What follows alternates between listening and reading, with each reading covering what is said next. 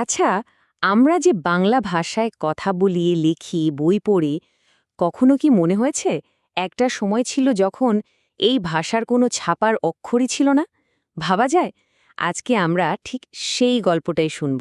মানে কিভাবে বাংলা ভাষা প্রথমবার ছাপাখানার মুখ দেখল, সেই অবিশ্বাস্য কাহিনী। প্রশ্নটা শুনতে খুবই সোজা, তাই না? কিন্তু এর উত্তরটা ছিল প্রায় অসম্ভব একটা ব্যাপার। একবার ভেবুন তো, যে ভাষার অক্ষর কোনোদিন লোহা বা সীসার ছাঁচে ঢালাই হয়নি, সেটা ছাপা হবে কি করে? মানে একদম জিরো থেকে শুরু করতে হবে। এই চ্যালেঞ্জটা ঠিক কতটা কঠিন ছিল, চলুন সেটাই দেখি। এর উত্তরটা কিন্তু শুধু প্রযুক্তির মধ্যে নেই। এটা লুকিয়ে আছে রাজনীতির মারপ্যাচে, ব্যবসার হিসেব নিকেশে আর কিছু মানুষের কি বলবো অবিশ্বাস্য প্রতিভার মধ্যে। এটা শুধু একটা টেকনোলজি আবিষ্কারের গল্প না, এর পেছনে ছিল অনেক বাধা, অনেক বিপত্তি আর কিছু অসাধারণ মানুষের চেষ্টা। তো চলুন আমরা চলে যাই প্রায় 18 শতকে। একবার কল্পনা করার চেষ্টা করুন, বাংলায় তখন দারুণ সব সাহিত্য লেখা হচ্ছে, কিন্তু ছাপানো বই বলে কিচ্ছু নেই। যা কিছু আছে সব হাতে লেখা পুঁথি। আর এর মানে কি? এর মানে হলো জ্ঞান ছিল খুব কম মানুষের হাতে। কারণ বুঝতেই পারছেন, প্রত্যেকটা বই ছিল এক একটা আর্ট পিস, যেটা কপি করতে মাসকে মাস লেগে যেত। পরিস্থিতিটা যে কতটা সিরিয়াস ছিল তার একটা উদাহরণ দিই। ন্যাথানিয়েল ব্র্যাসি হ্যালহেড নামে একজন ইংরেজ গবেষক, তিনি পুরো বাংলা চষে ফেলেও ভাবা যায় মাত্র 6টা পাণ্ডুলিপি খুঁজে পেয়েছিলেন। মাত্র 6টা। এখান থেকেই কিন্তু বোঝা যায় যে জ্ঞান বিজ্ঞানের প্রসারের জন্য ছাপা বইয়ের অভাবটা ঠিক কতটা মারাত্মক ছিল। কিন্তু এই বিশাল সমস্যার সমাধান তো আর একদিনে আসেনি, তাই না? বরং সাফল্যের রাস্তার প্রথম কয়েকটা ধাপ ছিল, আচ্ছা, পুরোটাই ছিল ব্যর্থতায় ভরা। চলুন সেই গল্পগুলোই শুনি। তো প্রথমে একটা শর্টকাট ভাবা হয়েছিল। কি সেটা? রোমান হরফেই বাংলা লেখা হোক। এটা ছিল একটা জোড়াতালি দিয়ে কাজ চালানোর মতো ব্যাপার। আসল চ্যালেঞ্জটা ছিল কিন্তু অন্য জায়গায়। আর সেটা হলো সুন্দর বাংলা হরফে ছাপানো। এর জন্য বাংলা লিপির প্রত্যেকটা অক্ষর, যুক্তাক্ষর, স্বরচিহ্ন সব মিলিয়ে প্রায় 600রও বেশি আলাদা ছাঁচ বা টাইপফেস বানাতে হতো। ভাবুন একবার, 600! কাজটা কতটা কঠিন জাস্ট কল্পনা করুন। তো লন্ডনে বাংলা ফন্ট বানানোর প্রথম বড় চেষ্টাটা হলো, কিন্তু কি হলো? একেবারে মুখ থুবড়ে পড়ল। কারণটা কি ছিল জানেন?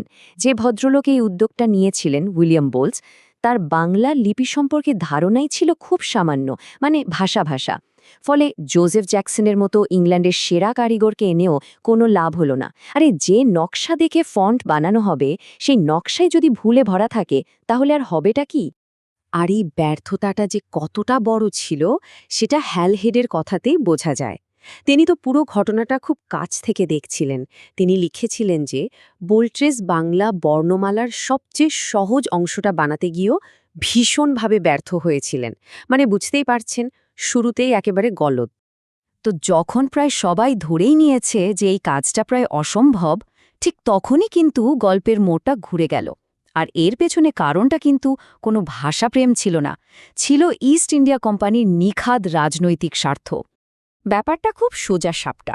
ইস্ট ইন্ডিয়া কোম্পানি ভারতে নিজেদের ক্ষমতা আরও মজবুত করতে চেয়েছিল, আর তাদের প্ল্যানটা ছিল সরকারি ভাষা ফার্সির বদলে বাংলাকে নিয়ে আসা।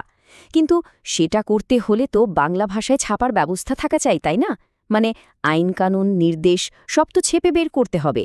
কাজেই ভালোবাসা থেকে নয়, নিজেদের প্রয়োজনেই তারা বাংলা মুদ্রণের জন্য মরিয়া হয়ে উঠেছিল।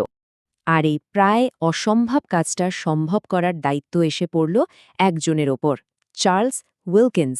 মজার ব্যাপার হলো, তিনি কিন্তু কোনো প্রশিক্ষিত মুদ্রাকর বা টেকনিশিয়ান ছিলেন না। তিনি ছিলেন কোম্পানির একজন সাধারণ লেখক। কিন্তু এই ঐতিহাসিক চ্যালেঞ্জটা তিনি নিজের কাঁধে তুলে নিলেন।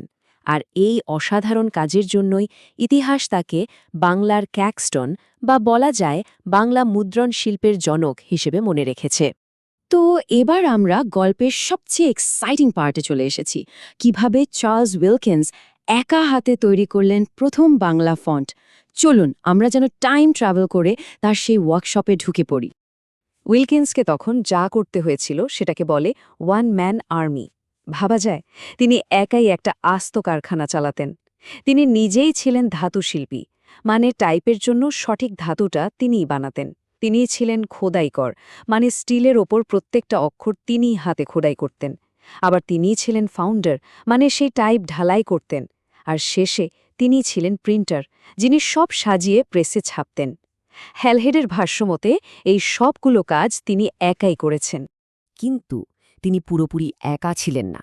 এই অবিশ্বাস্য জার্নিতে তার পাশে ছিলেন একজন অসাধারণ বাঙালি প্রতিভা, পঞ্চানন কর্মকার।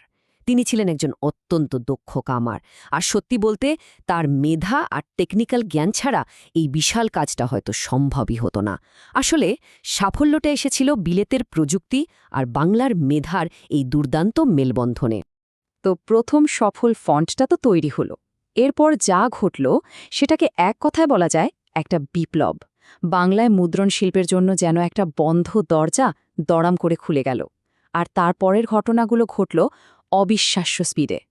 দেখুন, ১৭৭৮ সালে ছাপা হলো প্রথম ব্যাকরণ বই। তার ঠিক কয়েক বছরের মধ্যেই বেরোলো আইনের বই, এমনকি একটা আস্ত বাংলা ইংরেজি ডিকশনারিও। বাংলা প্রিন্টিংয়ের জগৎটা রকেটের গতিতে এগোতে শুরু করল। আর এই পুরো জার্নিতে পঞ্চানন কর্মকারের অবদান কিন্তু বিশাল ছিল। তিনি শুধু একজন সহকারী ছিলেন না, তিনি নিজেই একজন উদ্ভাবক হয়ে উঠেছিলেন। আর এখানেই কিন্তু গল্পের সবচেয়ে গুরুত্বপূর্ণ দিকটা। পঞ্চানন কর্মকার শুধু উইলকিন্সের একজন সহকারী হয়েই থেমে থাকেননি। তিনি প্রথম এই টেকনোলজিটাকে বাংলায় একটা পার্মানেন্ট ইন্ডাস্ট্রিতে পরিণত করেন। তার হাত ধরে বাংলা প্রিন্টিং একটা বিদেশি প্রযুক্তি থেকে আমাদের নিজেদের, মানে একটা দেশীয় শিল্পে রূপান্তরিত হয়েছিল। তাহলে এই পুরো গল্পটা শেষ পর্যন্ত কোথায় এসে দাঁড়ালো? একদিকে এই নতুন টেকনোলজিটা বাংলা ভাষাকে দিল তার আধুনিক গলার স্বর, জ্ঞানকে ছড়িয়ে দিল সবার মধ্যে।